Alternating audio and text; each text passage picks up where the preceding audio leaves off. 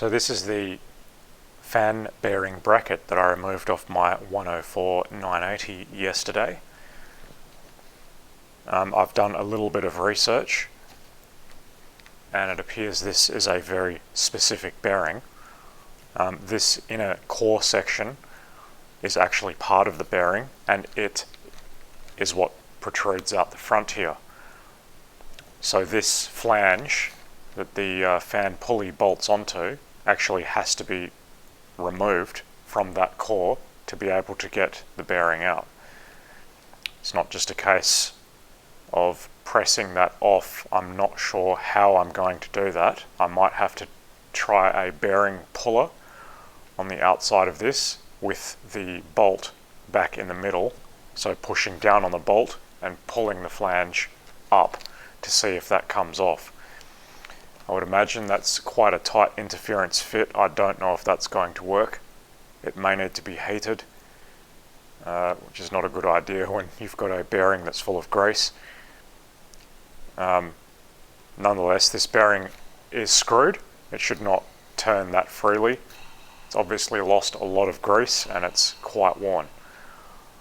If it was just a case of, as it has, pushed backwards, I'd just consider working some of this retaining compound around the edge there and then pushing that home, but this bearing is screwed.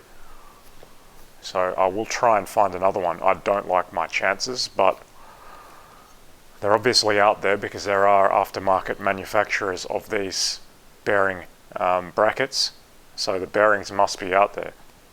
Not necessarily genuine FAG, however you like to say that brand name. Maybe they're a Chinese knockoff, I don't know.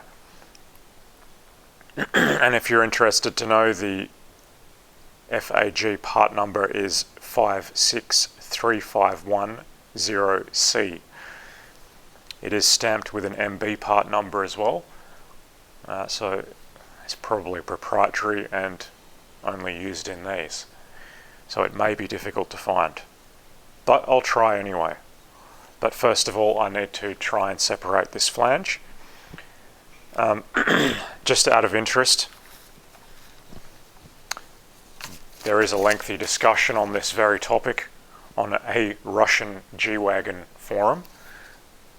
Google Chrome automatically translated it into English for me, and that is what showed what the bearing looks like once it's removed properly. You can see the flange and the bearing with the core intact. So that's what we need to try and find on the aftermarket. I will link this forum discussion down below the video. If you're interested in reading that, maybe you understand Russian yourself, but I don't, so I need to use Google Translate. Let's see what I can do with removing that flange.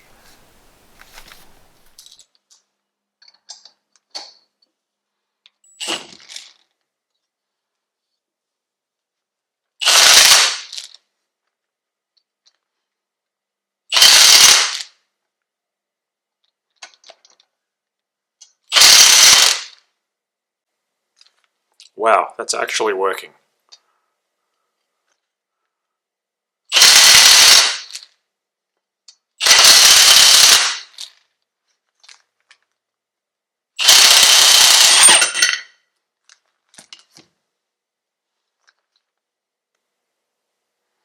Impressive.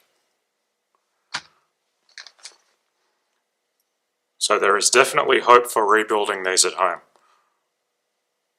All I got to do now is press this out on the press, and we can have a look at what the interior of that bearing mating surface looks like. But in any case, if I find another bearing, I will be using retaining compound to hold it in there, just to stop this from happening again. So I will go and try and press that out now. I'm sure it won't be difficult, considering it's already starting to come out by itself.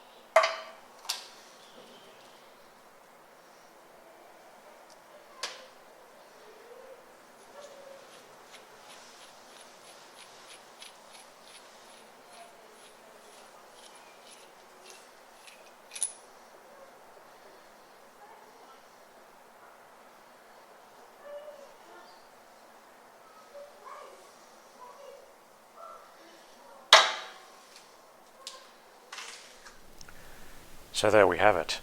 I went into this job assuming the worst, not sure I'd be even able to remove the bearing or the flange without destroying everything in the process.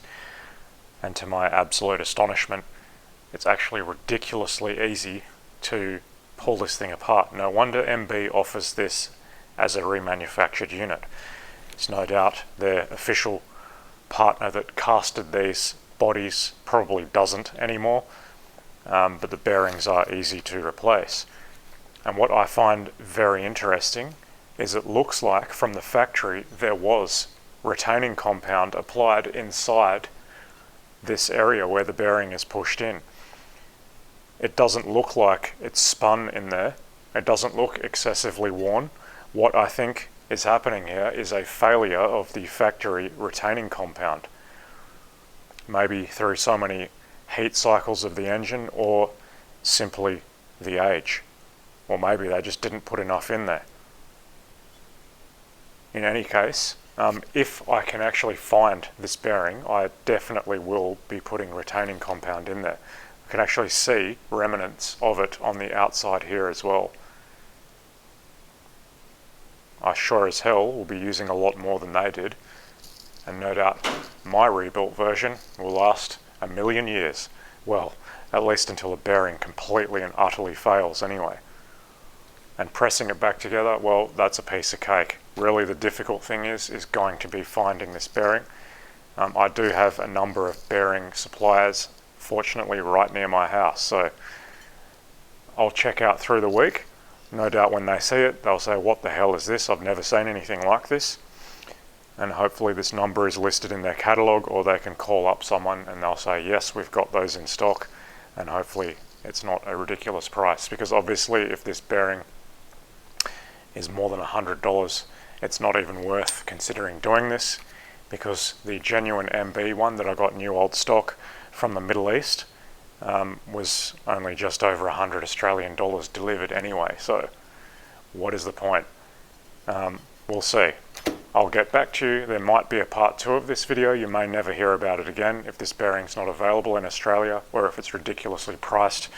Obviously I'm not going to proceed, and I'll just throw all of this in the bin. That's it for today. Thanks for watching.